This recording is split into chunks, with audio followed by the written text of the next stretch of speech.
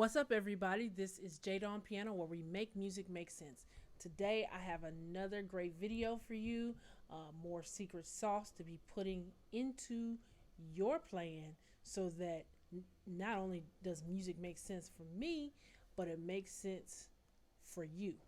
So today's video is going to be something special. I know there's a lot of people out there that play classical music, but they want to know how to spice up their playing so that they don't just have to play what's on the paper or anything like that.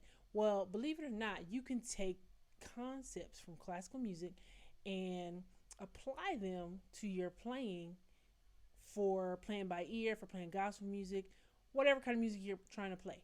So I'm going to show you how Cory Henry took a classical music concept and he put it in his playing. Here we go to start today's video.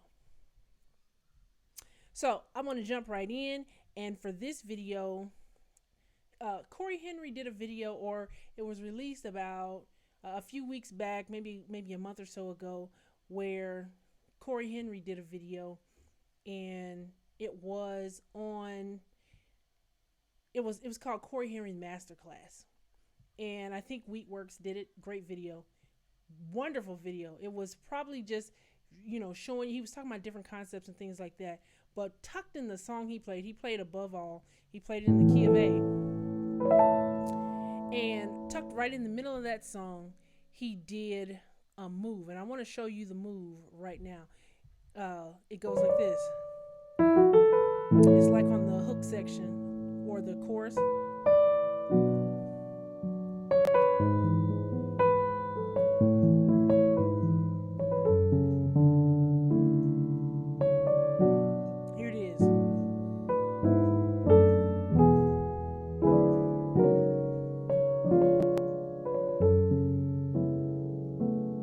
That's really what he did right there.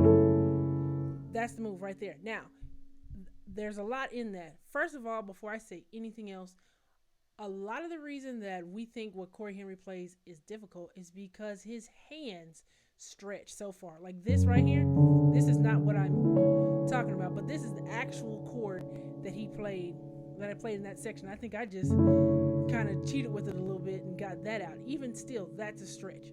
So the actual move that I want to focus on for this is this little deal here. And I had to change it because my hands couldn't stretch that far. This chord and this chord.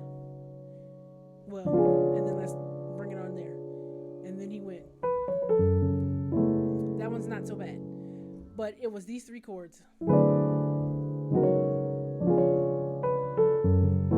Need all that. Okay, so what's happening with this move? Why am I calling this a classical move? Well, there was something that I learned in music school, and it was called a Augmented 6th chord. Now, technically speaking, that sounds really boring and all this kind of stuff. Augmented 6th chord is a chord that mostly you can only see on paper. So when I was listening to this song and wondering, what did he do? Where did he get that from? How is he pulling this together?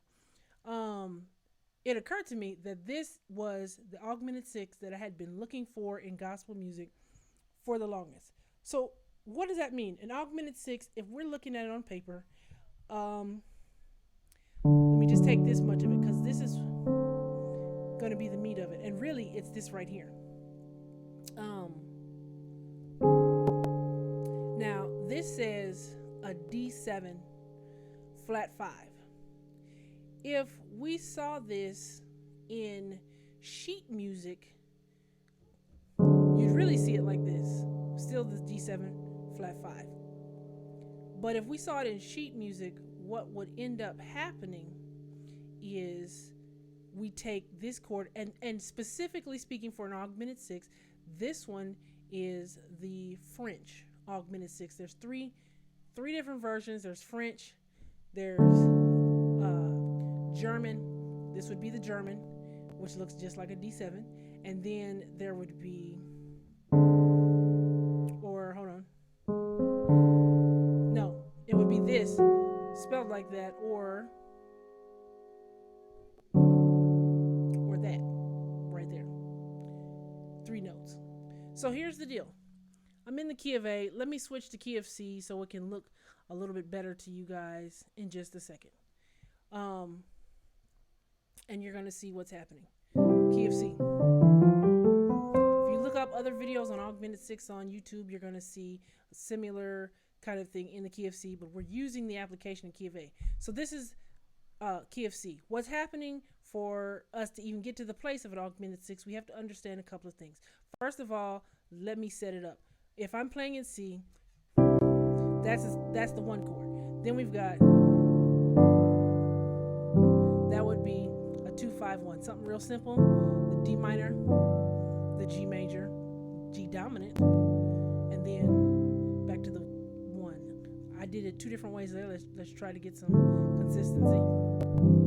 There we go. That's what I played the first time. So when I have that right there, that was my 2-5-1. That, sometimes we can say it gets a little boring, it gets a little repetitive. So what classical music composers did was they took a concept called a secondary dominant, and I've already, I believe, made a video talking about secondary dominant, so this is even going to build on that. Secondary dominant means a dominant that's not the primary dominant. Well, what's our primary dominant? Our primary dominant is the 5 chord of a key, and this happens to be the primary and the only dominant of the key of C. Well, secondary dominant is when you take a chord that is the dominant of the target note that you're going to. So if G is the note that I'm going to go to, which happens also to be a dominant itself, if G was the note I was going to go to, this is where I would have to make my secondary dominant on the D. Well, let's look at what the secondary dominant is. Right there. That would be a secondary dominant, and let's play that real quick. So this is normal, but here's something we can do to spice it up. Hear the little change in there? Just like this. We can voice that in different ways. That was me making this dominant. Hear that? Okay, so now we've got our secondary dominant. So that's step 2. Step 3 is when we get all the way to the place where the secondary dominant wasn't even enough. And so classical music composers, they went an extra step and they turned the secondary dominant into an augmented 6th chord. Now, how am I going to make this augmented 6th chord? Let me go back to that D chord. Let me pull it up here a little bit so it'll sound a little cleaner. And they took the 5th of the chord, not to be confused with the 5 chord, so which is this A that I'm playing, and they flatted the 5th. They've got this, but watch what happens here. They take this note and they make it the bass note. So my new chord would be, this is what I've got so far. I'm going to take this out and put it down here. But if I make this all in a closed position, so these are the notes I have. Now let me put it in a closed position and also bring this C into the middle. Okay? I've got an A7 flat 5, A flat 7 flat 5. Now, it's looking kind of weird because actually on the staff itself, look at the staff, not the word spelling. The staff is exactly giving us what we need. We have, this is what we would have. Don't pay attention to the words.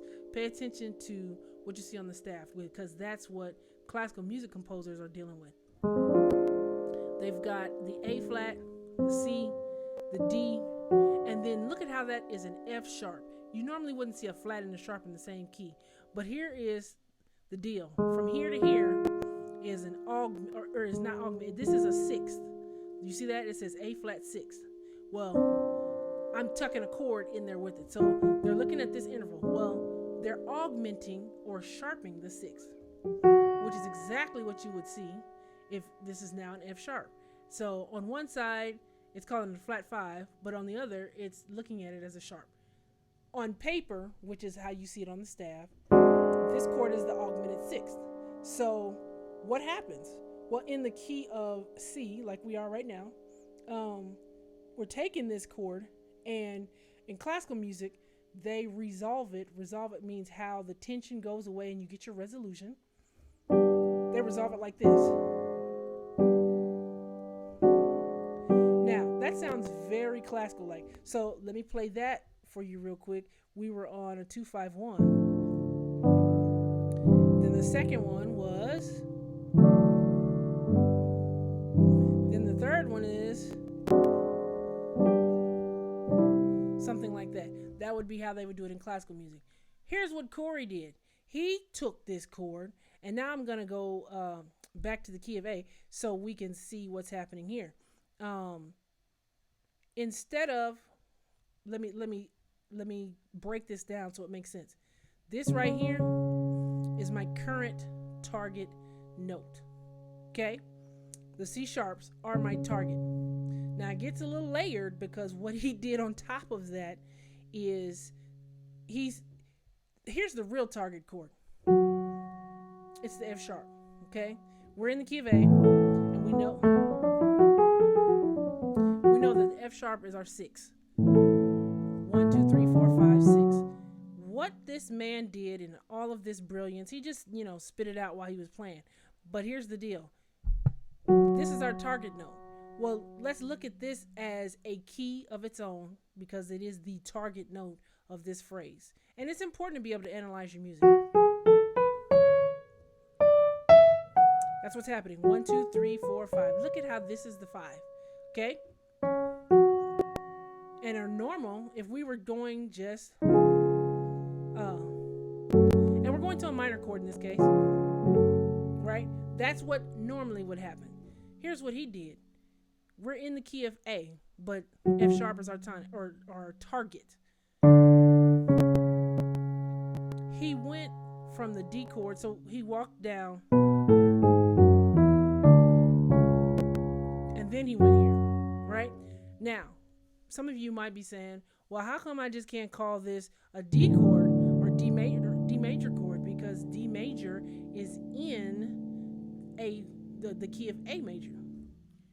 You could, but the problem with that particular analysis is that chord, when you're playing in A, the D chord is the function. On this channel, you are going to hear me wear out the term function. When we are playing in the key of A 4 chord is a subdominant chord. It is not a dominant chord. So if you get a dominant chord on the 4 chord, that means its function is something other than what is normal for that key.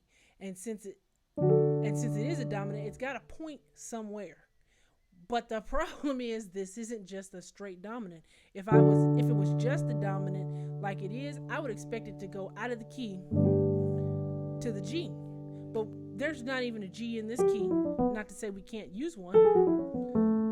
Lesson for another day. But we're in the key of A. So why is a dominant chord? And let me give you those notes real quick while we're on it. Okay, here it is. It's calling this a C major 13. I don't like that label at all, and partially because there's literally a D in the bass. This is not a C chord. So it is telling us, it's telling us it's a D9 or an A flat diminished. Here's the deal. If I take this chord out, you just see the D7. But look at this. He's got an E7. So if I just took this as a polychord, we've got a D7 and an E7 stacked on top of each other. Beautiful. But again, because this right here, this is a dominant chord. Okay? We know that we're in the key of A. But where's our dominant chord taking us? It took us here. Now guess what? This is a dominant chord, and they're calling it C sharp 13 sus. And because really, here's my dominant. He had the foresight to go here. This is our augmented 6th chord. And then he suspends it. And then here's a dominant. And then now we're resolving. That's exactly what happened in the passage. So I'm looking at this D, and it's not functioning in the context of A because it's a dominant chord. But it's a dominant chord. It's not even the dominant chord of F sharp if we looked at it in that key. And so I have to see it at least a secondary dominant at the very minimum. But because I already know that, let me look at it. And so if I took this A out, this is what I would have. The A is implied, but that's what we would have. And this note here, and lo and behold,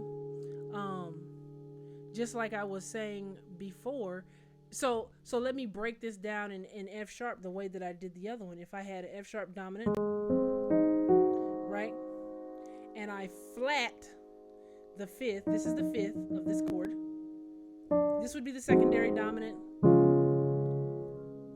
right? That would be the whole thing. Sorry. That or that. Either one you want to. That's our secondary dominant. But it said our next rule was to flat the fifth. So here's our fifth. We flat it. Here we go. Then we take that flatted note and drop it down to the bottom. Right? So now this is what I have. Okay? But then I made that closed position, right? So this is what's happening with this chord. On paper, I would be able to see that this is the that this is an augmented sixth. We're just listening though, so we have to be able to recognize the sound of the augmented sixth. So this is what he did, voicing wise, and really he did this deal here. I think he did this number here, stretching out across this far, but as you can see, that stretch is a struggle for me. I cannot get it, and then he had that on top. Okay, so what I did is I just took the whole thing and put it in closed position and worked at it like that. Now, here's our notes for our secondary dominant, our augmented sixth. He also put the 9 in it. So here's for our augmented sixth, and then we've got the 13 in it, and then we've got the rooted in it again. So the 9th, here's the augmented 6th part, here's the 13th, and then here's the root again of the chord. Brilliant, sounds beautiful. We may never have seen this other than Cory pulling this off. So then as he resolves it to the C sharp chord, but instead of going straight here, sorry, let me do that again. Try that again. As you can see, this is different to play. There we go. He made it even smoother. See, that just feels good. Sounds good. And then he resolves. So he took the whole movement and gave us a little classical flavor that just gave us, something real quick. And our functions all line up.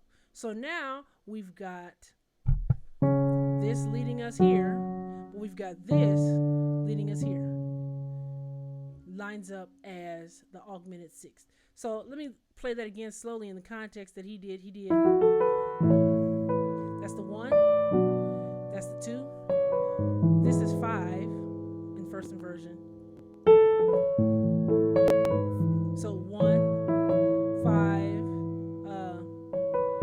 this 6, and then we're to the 2. Just all normal stuff we're used to. Now, this is basically a 1 or the 2 chord, but he changed see, these notes are in the chord. This is B minor 7. This is a B minor 7 technically with the, so it's like playing this twice, but instead he walks it through it. Again, that function, so important. And then we got 5, and then we've got a 4 chord because it's not the 6 because that's the 6th chord. This is 4 in first inversion. 5. Then he pulls this chord out, just walks straight to it. Then there's our dominant that's leading us, well, suspended. Then the dominant that's leading us to our target.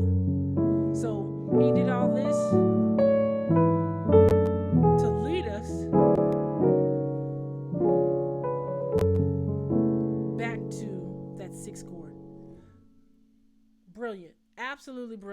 go check out that video. I'll put that in the comments as well so you can see it. It happens right around the 2-minute mark. You want to check that out because obviously, you know, he's playing it in a great way. But yeah, he pulled out a classical movement right in all its glory and made it sound gospel because he added extra notes into it, but the function is all there for an augmented 6th. Again, if you also, if I can find some other videos that are really clear on augmented 6th chords, I will put them in the video as well. So anyway, this is once again Jada on piano, where we make music make sense. Take care. Have a blessed day.